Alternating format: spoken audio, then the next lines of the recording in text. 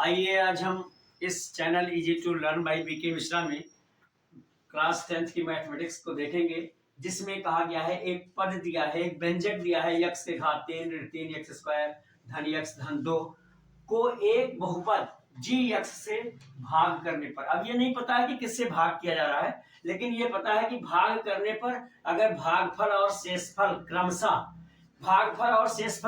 कहा गया है, इसका मतलब जो आगे लिखा है ये भागफल है और जो बाद में लिखा है ये शेषफल है। हम इसके अनुसार देखेंगे, अगर आगे भागफल है तो आगे वाली गिनती भागफल है, पीछे शेषफल है तो पीछे वाली गिनती शेषफल है।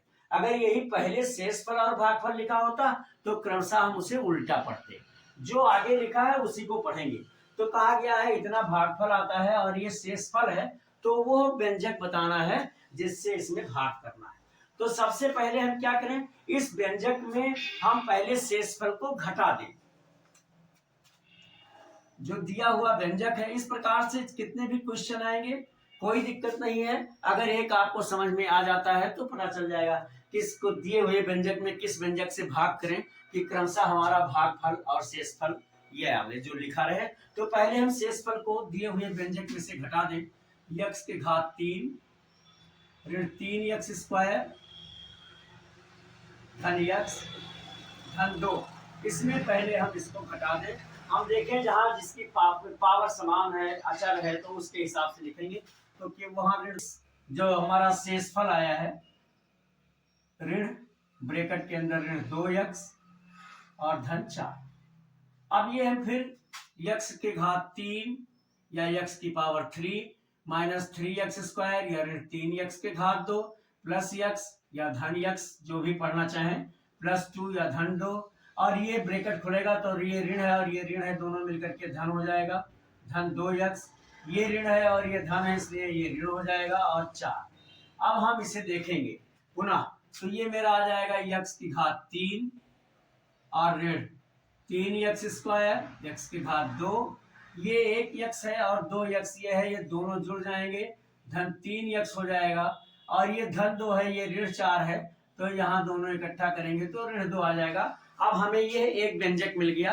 अब हम जो भागफल आया है, भागफल से अगर इस व्यंजक में भाग कर देंगे तो मुझे जी एक्स मिल जाएगा, अर्थात वो व्यंजक मिल जाएगा जिससे इस दिए हुए व्यंजक में भाग करने पर ये भागफल और शेषफल आया था। अब आइए हम देखते हैं, तो हम जो भागफल है उस भागफल से इस व्यंजक को हम भाग करेंगे, यानी यक्स ऋण 2 से हम भाग करेंगे यक्स की घात 3 ऋण 3 यक्स स्क्वायर धन 3 यक्स और ऋण 2। अब इसको भाग करेंगे हम, जैसा कि बीजीय व्यंजक में भाग करने के लिए जानते हैं मुझे पहला पद कैसे भी बराबर करना पड़ता है।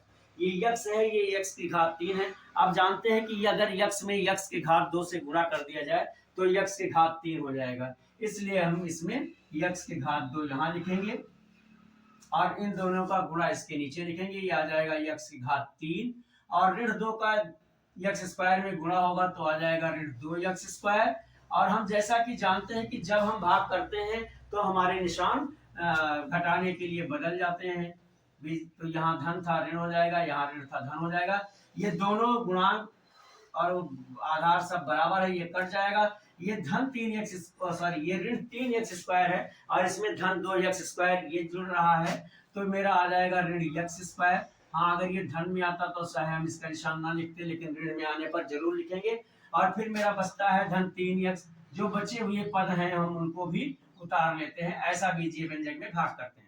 अब हमें इस यक्स का ऋण यक्स स्क्वायर लाना है, तो जब हम यक्स में ऋण यक्स से गुणा करेंगे तो ऋण यक्स स्क्वायर हो जाएगा, इसलिए यहाँ ऋण यक्स लिखेंगे और इसका गुणा आएगा ये ऋण यक्स स्क्वायर, और इस ऋण यक्स का इस ऋण 2 में गुणा होगा तो ये आ जाएगा धन 2 यक्स, जिसको यहाँ इसके नीचे लिख लेंगे।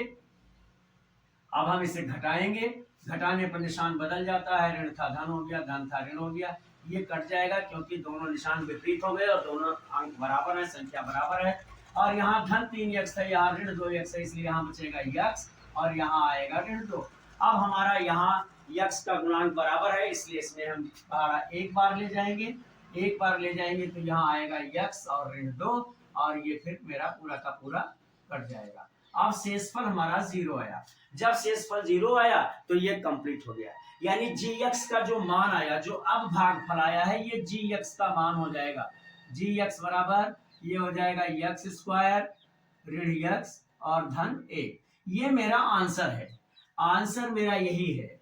ए आंसर आया क्या, जी एक्स बराबर एक्स स्क्वायर ऋण एक्स धन ए। पूरी तरह से अच्छे से बताने की कोशिश की है। एक बार फिर से जान लीजिए, अगर कोई व्यंजक दिया हुआ है और कहा जाता है इसमें किस बहुपद जी एक्स से भाग करें कि भागफल और शेषफल क्रमशः हमें प्राप्त हो, तो हमें उस व्यंजक को बताइए जिससे भाग करना है। तो सबसे पहले हम दिए हुए व्यंजक में जो शेषफल आया है उसको घटाएंगे, जैसे कि यहाँ मैंने करके आपको दिखाया, और उसके बाद जो भाग घटाने के बाद जो पद बचता है उसमें हम जो भागफल आता है उससे भाग करते हैं, जैसा कि मैंने यहाँ किया है। और तत्पश्चात वो व्यंजक पूरा का पूरा कट जाएगा और मुझे एक नया व्यंजक प्राप्त होगा जी एक्स के रूप में। ये जो यही मेरा उत्तर है।